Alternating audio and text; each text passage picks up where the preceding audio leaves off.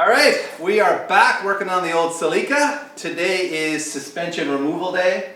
Or attempt to remove. We're going to attempt it, but first we need to put it up on jack stands and have a look under there because we've never really worked on an old Celica before. We have no idea how the suspension works. It's just nuts and bolts. It's not going to be rocket science. We'll get it figured out. Moose will get it figured out. We'll try to get it figured out.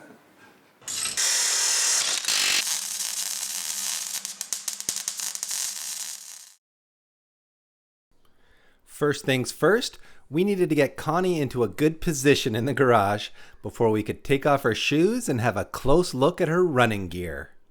Oh yeah.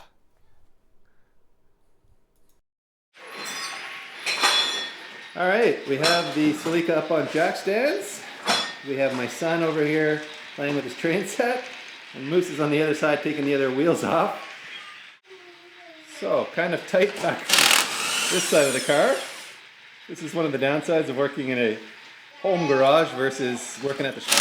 But we're kind of out of space at the shop at the moment, so it's just fun to work on something at home. The old-fashioned way. Old school. With my old-fashioned friend, the Moose. So, the Moose is just getting ready to attack the front suspension. And we should mention the reason we're pulling the suspension off. Well, there's a few reasons. One, because it's 40 years old and needs to be replaced. But as we mentioned in the last episode, we're going to send all this stuff off to Fortune Auto, who are going to make us some custom coilovers for the car based on their AE86 setup. So this car is very similar to the AE86 in a lot of ways. In fact, the front coilover setup would bolt right onto this car, except for the top mounts, which have slightly different bolt hole spacing. So some guys actually just re-drill the strut towers here and make them fit that way. But we're going to have Fortune Auto build us some custom top hats so that we keep our strut towers nice and pretty. Just giving you a quick gander at how this all goes together. I'll see if I can get a better shot of it when Moose is under there working. Oh, speaking of which, Just gonna disconnect the brake line or the brake line holder. This brake sensor, I don't think it's called ABS, but it has some no, it wouldn't have ABS. but it has some sort of, maybe it's a brake pad depth sensor. Really? Yeah, because you see a line right here? It could be brake depth.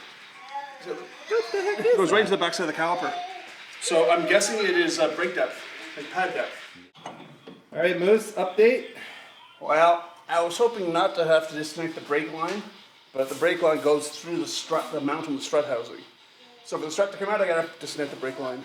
Oh, really? Okay. So, I mean, we're not going to use these brakes, so not a big deal. No, we'll just pull it and bag it and just let it drip slowly. Are you thinking disconnect it at the caliper side? Or? Basically right at the connector, right at this, there's a brake right here on the caliper, on the body. You see the thread there? Right. So I'll probably just do it there and leave the flex line in for now. Gotcha, okay. And then I'll just bag it so it stops doesn't rip over the floor and we call it a day. I'll grab you a drip pan or something. Yep, you can do that. In case you guys are wondering what all this noise is in the background, it's James. It's a bit of a noisy bastard, but we put up with him anyway. I guess he's a bit like me that way, isn't he, Moose? Yeah. All right, Moose, what are we looking at here? Well, just inside here, there is, looks like a little button. Yeah. And that's the wear sensor, which is connected to the back. Yeah. So what happens is the pad wears down, it basically breaks a contact or makes a contact. Yeah. So that basically says you've worn your pad to a certain level, it sets a light off on the dash. Right.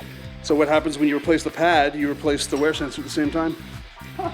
So it's a wear Sensor. that actually wears down. It wears down with a pad. Really?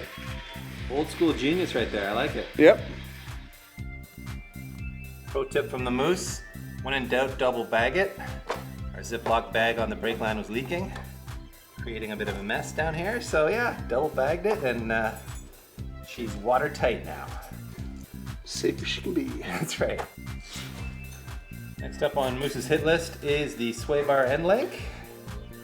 which as you can see is, well, it's not really rusty, is it? It's just a little dirty. And more than anything else, I would say. Yeah, so it'll be interesting to see how cooperative this is. And as Moose was saying, my tool collection is kind of pathetic at the house. Half of them have ended up at the shop, so we're kind of making do with what we've got. I guess next time Moose will bring his tools. Yes. I had hopes. You were optimistic about my tool selection. I was, yes. Too optimistic, really. Apparently, yeah. I brought the main tools I thought I might need, but did not expect I would need to bring wrenches. No, you think I'd have sockets. a 17 mil wrench, which is kind of pathetic to not have one of those around. Yeah. Oh, the gun. He's getting serious.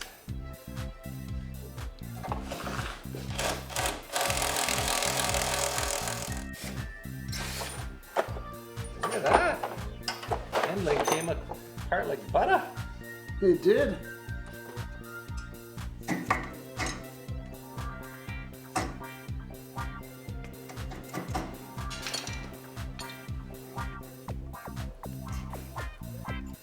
Just pulling a cotter pin out of there for the axle nut by the look of it. The question is, do you have a 12-point? God, no, that's a weird socket, isn't Probably it? like 32 or something. God, that could be a toughie. Yeah, hold on. Let's have a look. All right, Mr. Moose, so we thought we needed a 12-point based on the shape of this Nut. spindle nut on here, but it turns out it's not a nut at all, is it? It's just a cover. It's just a cover. Silly us. Yeah. So that makes us feel a little bit sheepish Yeah. that what we thought was something special was just some weird Japanese humorous thing. Yeah. So we've gone from thinking a 36 12-point to actually needing a Well, it's 30 mil approximately. regular, what, 6-point? Yeah, exactly. I'm using a 1 3/16 Right. Imperial because it fits nice. Right. We don't have a 30 mil kicking around, but that fits. Yeah, so that works for me. All right, well, let's crack that sucker off there then. And For anything bigger than a 24, I like using 3/4 drive because Yeah. I've destroyed more half-drive breaker bars than I care to think about. And is that a tool issue or a Moose issue? That's the real question. Well, I think it's Moose bigger than Tool. Yes. In one session alone, I broke 3 of them, one after the other. And it's funny, thankfully Canadian Tire has an unconditional warranty. Yeah. The third time I came back with a broken one, they kind of looked at me a bit odd. What is this guy trying to break other than our warranty program? And this was actually only finger tight. Oh, Interesting. okay. Well, I wonder if it's been off recently or... Possibly. Yeah, that's... Oh, wow, that really came off super easy. I was expecting a somewhat press fit, Yeah. but It's all greased up in there nicely too. yeah, somebody did some service on it. Interesting. And what's it's kind of cool is with this solid rotor rather than, Yeah, non-ventilated rotor, right? and it's bolted. The rotor exterior is actually bolted to the hub. Yeah. It's quite different than what we consider normal now. Yeah, that's not like anything I've ever seen before. Well, again, it's 70-ish technology. Yeah.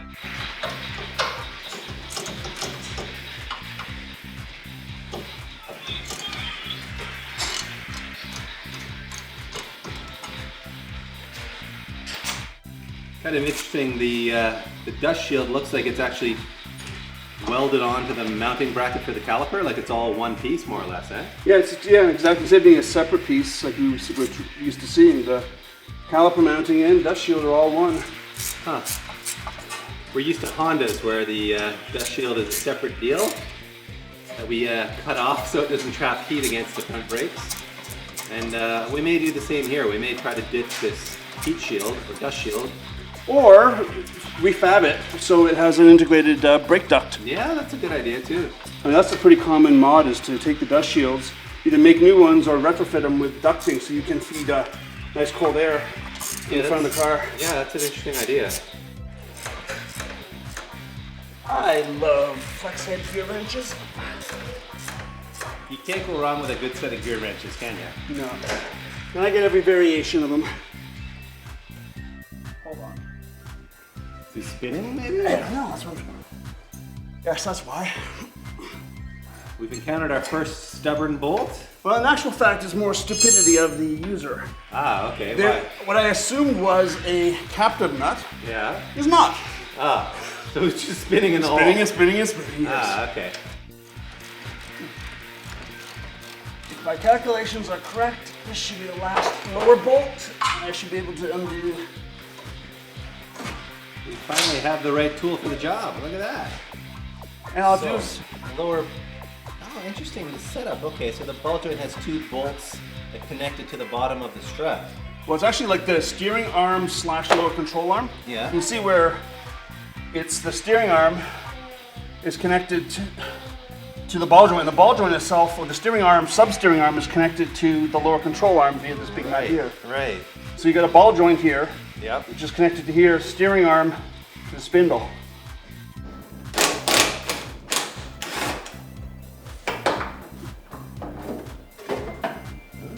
One strut assembly. Oh, that's a pretty big honking piece, isn't it? Well, it is. I mean, it does take all the front suspension loads, unlike a traditional like double wishbone where this dampered spring are just kind of there for the ride. Yeah, the size of that spring. It's the size of the piston, a good sized piston as well. It's true, the piston diameter is pretty. Well, again, for Piston struts. shaft diameter, yeah. Well, for struts, it's taking all the lateral loads. Yeah. Right. Unlike a double wishbone where the actual control arm's taking the loads. That's a big, heavy duty unit. Huh. A lot of weight in that, so I'm sure we'll lose a lot of weight going to the Fortunato stuff. For sure. Should be cool. And actually, probably a smaller diameter as well. Yeah, it'll definitely be a smaller diameter. Which will give us more tire clearance. Yeah, yeah. We've got some work to do in here, which I'm not really too sure what's involved. I mean, it'll likely just be a single nut up top holding the strut in, a nut at the bottom holding the strut in, and then, you know, maybe pull a control arm loose so that we can yank the spring out. Yeah. That's probably all that's involved in the rear. So you put like a 6 mils wrench on the top of it. Oh, okay. To hold it while you spin the roller off. Yeah, okay. So, oops. We're just gonna try a little impact gun on it first. Yeah, see if we can spin it without having to go through all the trouble. It's gonna fit in there. And nope, I need a deep. Do you have a 12 deep, Dave? Yes, I do.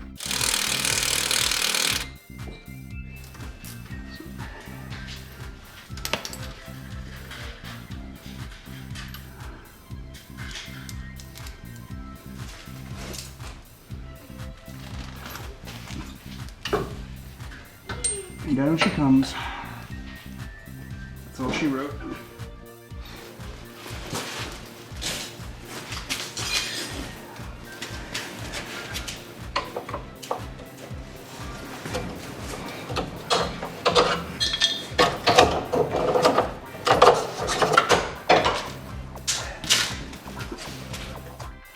That's pretty heavy there. Sorry, feel the burn, people. You could use that. Feel the burn, and we're not getting political here. This is the front strut / spindle assembly out. Moose has got everything else in his hands because, well, he's got bigger hands than me. So that wraps up the suspension removal. Everything came out pretty easy, huh? Once we figured out the spindle knot. Yeah, the spindle nut was a bit of a curveball that we threw at ourselves, really. Pretty much. It was self-induced pain, as usual. So we're going to ship these down to Fortunato. The next time you see them, they're going to look like fancy coilovers. They're not going to look like this at all. And I guess next episode, we're going to maybe pull the front end off, Connie? Yeah, I think so. Pull the front end in for preparation for motor fitment. Yeah, so things will get a little weird in that episode too, I think, since we'll be giving her what some people might call the facial. Anyway, until then, stay tuned for more wild and wacky stuff from Celica Land. Or Celica Land. Connie Celica Land? Connie Celica Land? In our world, it's Celica. Celica. Celica? Celica. Celica. Celica. So we're gonna drop the clutch from this because we just split the tranny from the motors. So it's a big old beast, pretty big and heavy. The flywheel is absolutely enormous for an engine of this size. Yeah, it's what they call a dual mass flywheel, I think. So